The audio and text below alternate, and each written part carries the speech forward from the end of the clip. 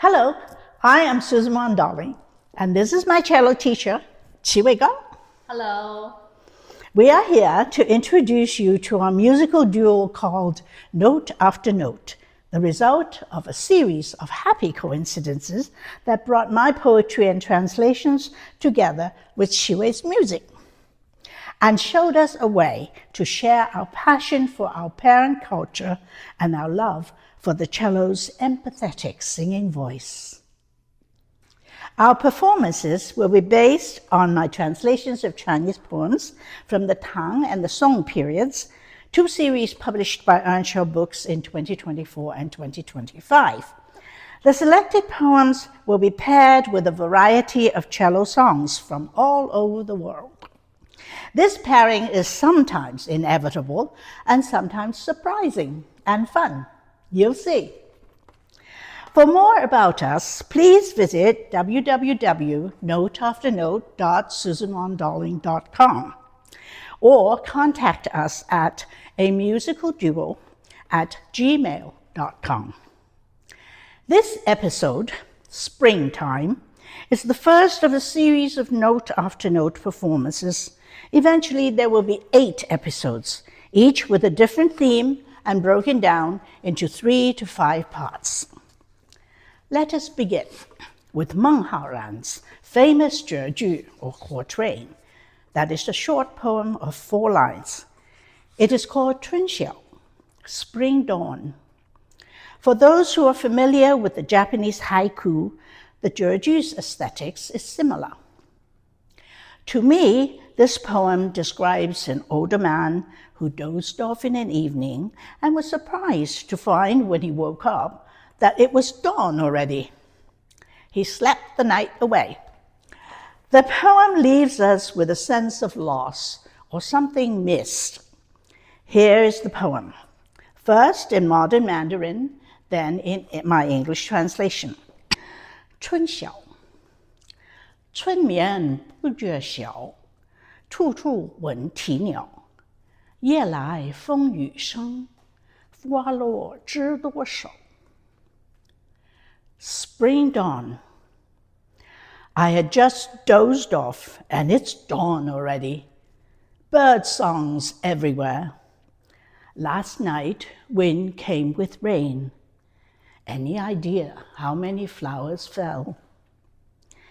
While you ponder Meng's question, Chi-Hui will play for you her choice of the English composer Frank Bridges' Spring Song.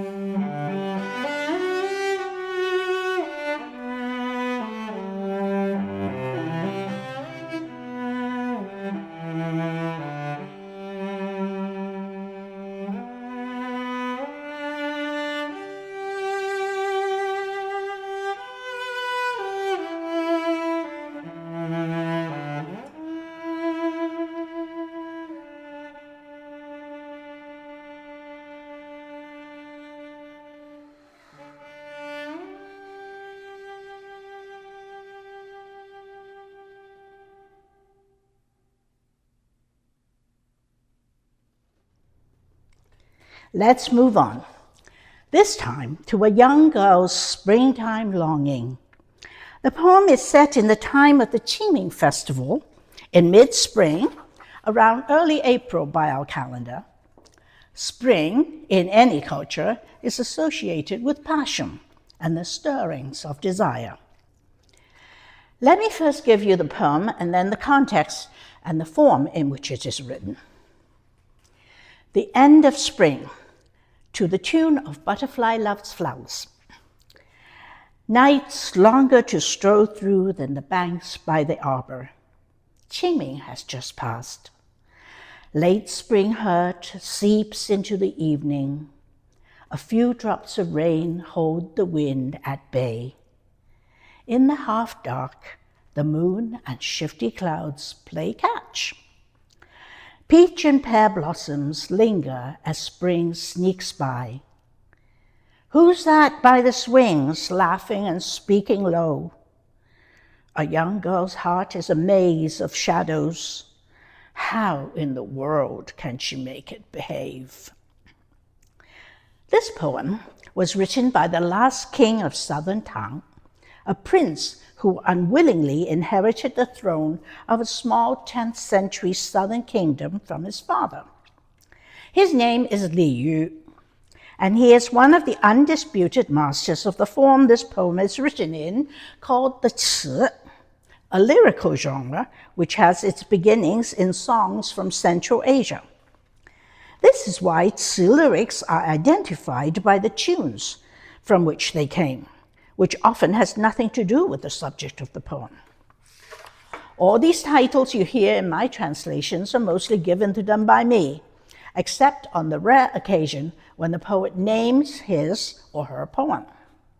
So in these poems, you will always hear to the tune of such and such, after the poem's title, and know that it is a Ci lyric. Not only is he master of the form, Li Yu is also very good at taking on the voice of the women, mainly a pair of sisters that he was in love with. This next poem, as was the last one, was about the younger of the two sisters. Beautiful hair, by the way, is often called clouds. Garden of Elixir, to the tune of Bodhisattva's Twists.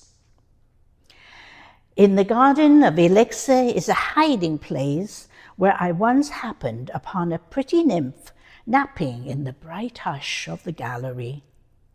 Her azure clouds cast across silk pillows, embroidered gown exudes a rare perfume. She draws me. I shake the screen of pearls, startling her from deep sleep's silver chains. Her face blossoms into a hazy smile as she gazes at me, gazing into her wish and mine. Then they are temporarily separated. The speaker in the poem can either be read as him or her in this next poem. And if you want to know how this love triangle plays out, you will have to read my Song Dynasty Poets Volume 1, called 100 Tongues. I call my song poets 100 tongues, by the way, because the Chinese call the bull-headed shrike, who has many voices, 白蛇, meaning, you got it, 100 tongues. Persistent passion, to the tune of Picking Mulberries. Spring is driven from the arbor as the last red flowers linger in a dance, dancing with a drizzle. No sooner have I unknit my brows, they're knit again. My green window's cold, your voice comes in pieces. Incense turns to ashes. Persistent passion and the moon's shifty shadows invade my dreams. And for all you young lovers, Chi-Hui will now play the Song from a Secret Garden by the Norwegian composer Rolf Lovland for you.